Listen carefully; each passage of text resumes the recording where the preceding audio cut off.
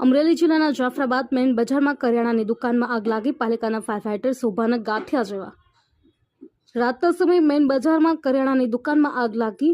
આગ લાગવાની સાથે લોકોના ટોળે એકઠા થયા. પાલિકાનું ફાયર ન હોવાથી લોકોએ જાત મહેનત જિંદાબાદના સૂત્ર મુજબ લોકોએ પાણીની ડોલો ભરી આગ બુઝાવવાનો પ્રયત્ન કર્યો, પરંતુ આ કાબૂમાં ન આવતા અંતે પાણીનો ખાનગી ટાંકો મંગાવવો પડ્યો. નગરપાલિકામાં ફોન કરતા હું જણાવ્યું કે ફાયર બંધ છે, ત્યારે ના છૂટકે લોકોને આગ બુઝાવવા આજુબાજુમાંથી પાણીનો મારો ચલાવી પ્રાઇવેટ ટાંકાથી આગને કાબૂમાં લેવામાં આવી. ત્યારે ટાઉન પોલીસ સ્ટેશન આપે સ્ટાફ સાથે ઘટનાસ્થળે પહોંચે અને લોકોના ટોળાને અલગ અલગ કરીને પાણીનો મારો ચલાવીને આગને કાબૂમાં લીધી. આગ લાગતા દુકાનમાં લાખો રૂપિયાનું નુકસાન થયું હોવાનું જાણવા મળ્યું છે. આગ શોર્ટ સર્કિટના કારણે લાગી હોય તેવું જાણવા મળે છે. જોકે વધુ તપાસ થયા બાદ જ ખબર પડે આગ કઈ રીતે લાગી. Bureau report Akbar Sayed, GA news, Jafrabad.